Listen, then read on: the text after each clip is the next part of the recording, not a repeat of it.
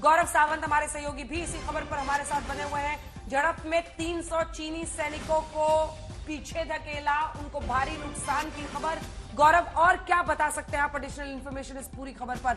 प्रधानमंत्री ने एक वक्त पर बिना नाम लिए कहा था कि विस्तारवाद नीति अब दुनिया में नहीं चलेगी, लेकिन चीन अपनी हरकत से बाज आ जाए तो चीन न रहे। आप बिल्कुल सही कह रही हैं। ये 17,000 फीट की ऊंचाई है। ये बहुत ही कठिन इलाका है, दुर्गम इलाका है, स्नो क्लैड एरियाज हैं ये।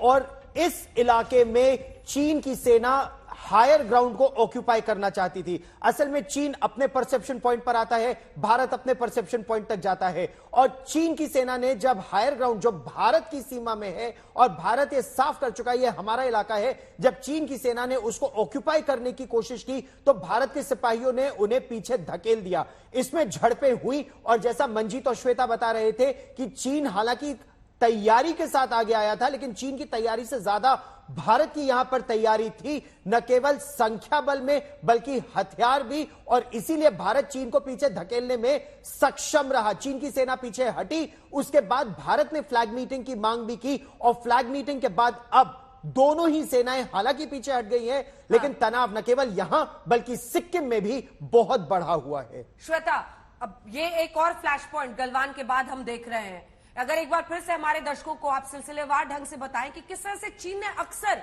इन जगहों पर, उसके बाद मैं सीधा जाऊंगी लेफ्टिनेंट जनरल संजय मेस्टन साहब भी हमारे साथ डिफेंस एक्सपर्ट के तौर पर जुड़ गए हैं। श्वेता, एक बार अगर आप बता दें हमारे दर्शकों को कि किस तरह से चीन यहाँ पर कुछ ऐसी जगह है जहां पर वो बार बार अपनी हरकतों को परेशान करने की, आगे बढ़ने की कोशिश करता है, जिसको हमारी सेना ने इतना जबरदस्त जवाब दिया है। जी अंजना, और खासकर अरुणाचल प्रदेश तो वो क्लेम अपने बार बार सामने लाते रहता है। लाइन ऑफ एक्चुअल कंट्रोल से ज्यादा लाइन ऑफ परसेप्शन की लड़ाई यहां पर हो जाती है कि चीन किस इलाके को अपना समझता है। और अरुणाचल का जहां तक सवाल आ जाता है, वो यहां पर कहता है कि अधिकतर हिस्सों के लिए उसका यही रहता है। आपको वो स्टेपल्ड वीजाज का पूरा मामला याद होगा, जहां पर अरुणाचल में रहने वाले लोगों को वो स्टेपल्ड वीजा देने की शुरुआत कर देता था। अक्साई चिन को जिस तरीके से उसके बाद भारत ने, चाहे वो अक्साई चिन वाला हिस्सा हो या फिर अरुणाचल का ये पूरा हिस्सा हो, भारत उन सरहदों को लगते हुए, यानी ईस्टर्न लद्दाख और यहां अरुणाचल, जो दो सबसे बड़े ऐसे इलाके रहते हैं जहां पर टकराव दोनों देशों की सेनाओं के बीच रहता ही रहता है। उसने तो नए फ्रंट्स खोलने की कोशिश की ही है समय समय पर। सिक्किम का वो डोकलाम का वो पूरा इलाका हो जाता है। तो ये सारी चीजें हैं, पर अरुणाचल में तवांग देखिए, और तवांग मॉनेस्ट्री, जो पूरा इतिहास तवांग मॉनेस्ट्री का है, वो किस तरह का एक भारत और चीन के बीच एक ऐतिहासिक, एक प्राचीन लड़ाई का जरिया रहा है हमेशा से। और इसीलिए इसके जो सीमावर्ती इलाके हैं यहां पर ज्यादा रहता है, यहां पर ज्यादा रहता है। अगर हम दलाई लामा को देख लें और सीधे तौर पर उसका टकराव हिंदुस्तान से देख लें, तो हम तवांग की अहमियत को उसमें समझ लेते हैं। अब तवांग में 1962 की लड़ाई में भी हम देखें तो इसके अधिकतर वो इलाके हैं जहां पर बहुत भीषण संघर्ष यहां पर हुआ था।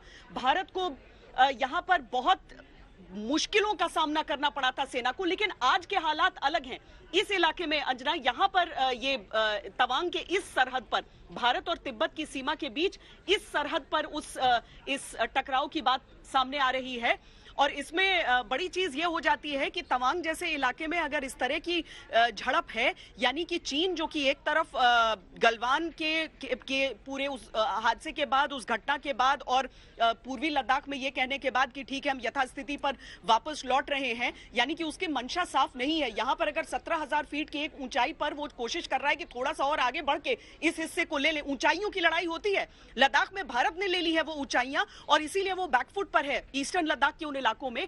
तो अब अरुणाचल में उसकी ये जो साजिशें हैं वो यहां पर शुरू हुई हैं, लेकिन भारतीय सेना ने यहां से धकेला है, हर मोर्चे से धकेलने के लिए तैयार है। बिल्कुल।